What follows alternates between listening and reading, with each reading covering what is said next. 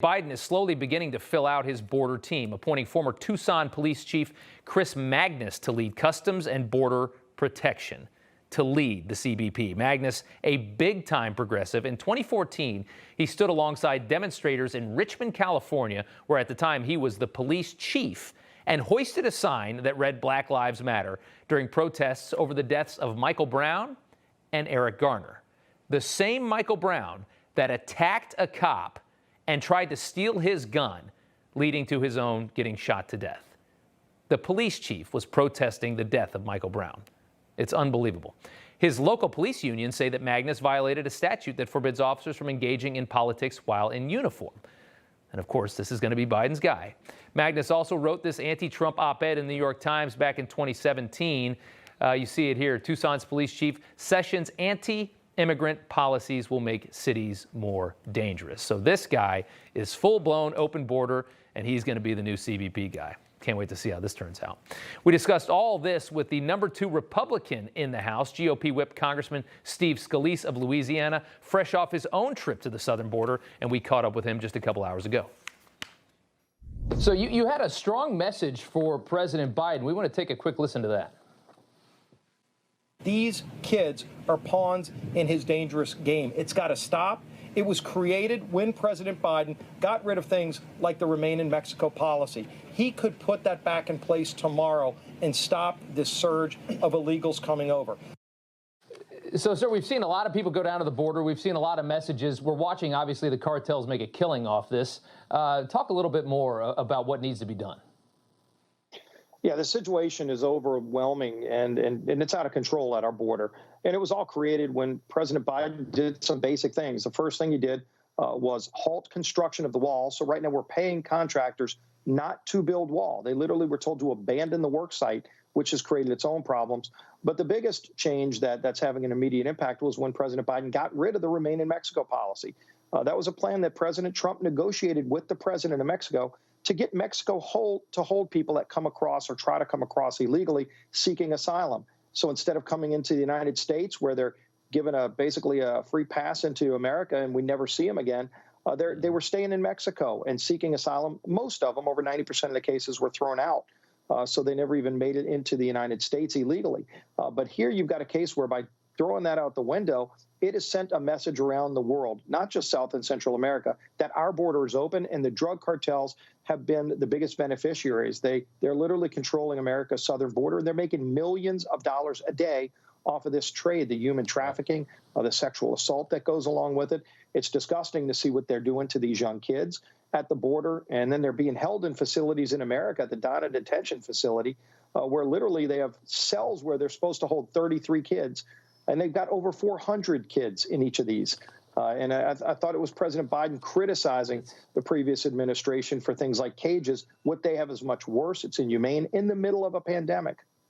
Yeah, it certainly is. We've been watching all this now for a couple of weeks, and there hasn't been much to change anything, is what's been surprising. The administration actually announced today, though, that they've gotten Mexico, Guatemala, and Honduras to put troops on their border, which is, if you remember, exactly what President Trump did with Mexico to get troops to stop the flows. And I just wondered, I mean, how priceless is it to watch the Biden team slowly figure this out and realize they're going to have to embrace some of these Trump ideas?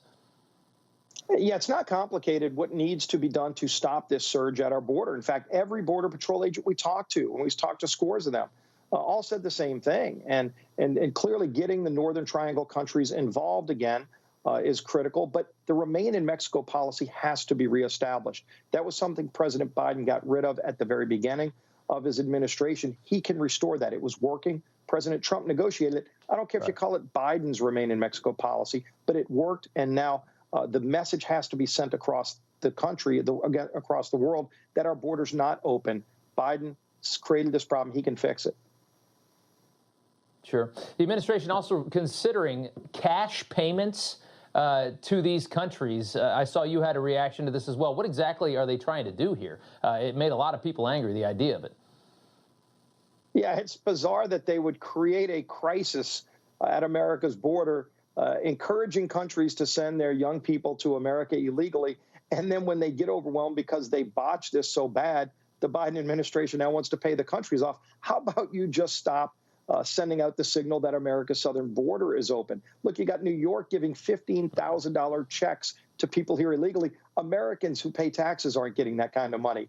The lunacy has to end. Let's get back to common sense. The things that worked that President Trump did, again, Biden doesn't have to like Trump, but Trump's policies were working. Just put those policies back in place. The bribes to other countries to reward them for sending thousands of people a day to our country illegally is not the answer. Yeah, couldn't agree more. What do you make of the new pick to lead Customs and Border Protection? This guy, Chris Magnus, he is a BLM supporter from what we've seen. It appears to be pretty far to the left as well. Yeah, I'd love to hear his take on how he would stop this surge at the border. You talk to the Border Patrol agents, again, they're overwhelmed. They don't want to be, in essence, babysitters.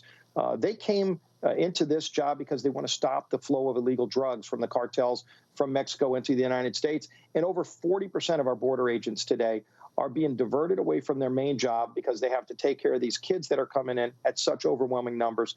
Again, the Donovan detention facility alone was set up for maybe 100 people. There's over 4,000 there. Think about it. You can't go to your favorite restaurant in many states at 25% capacity. The federal government will shut them down. And yet here you have at the border in America, facilities that are over 1,000% capacity and super spreader events where 10% a minimum of these people coming over have COVID, and they're putting them on top of each other, not 6 feet apart, 6 inches apart. We saw this young girl crying, and we asked her why she was crying. She said, "I don't want to be here." Joe Biden needs to go see that. Kamala Harris needs to go see that. They are ignoring this crisis, hoping it'll just go, the media will go away. They don't want the problem to go away. They created it, and they won't stop it. They ought to go see what they created. It's a disgrace what they're doing to these young kids. It's inhumane.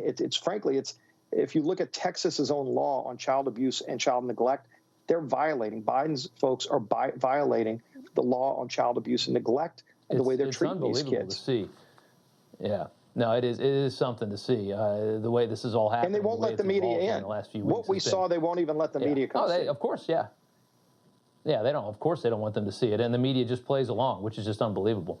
You also got to take a look at the border yourself. You went to see the wall. You went for a ride along there. Let's take a quick look at that. So we're about to go over the levee that has a big section of the wall on it. Oh, okay. If you look to the left here, there's a massive gap. That's where part of the wall construction stopped. There are gaps like that all up and down this stretch here. So it's effectively worthless because there are gigantic holes in the fence. So you've got, this look here. You talked about earlier how we're paying contractors to not build wall right now. Yeah. Mayorkas indicated last week, and it was just hysterical, that maybe they're going to fix some of the holes in the wall. What do you actually think happens with this?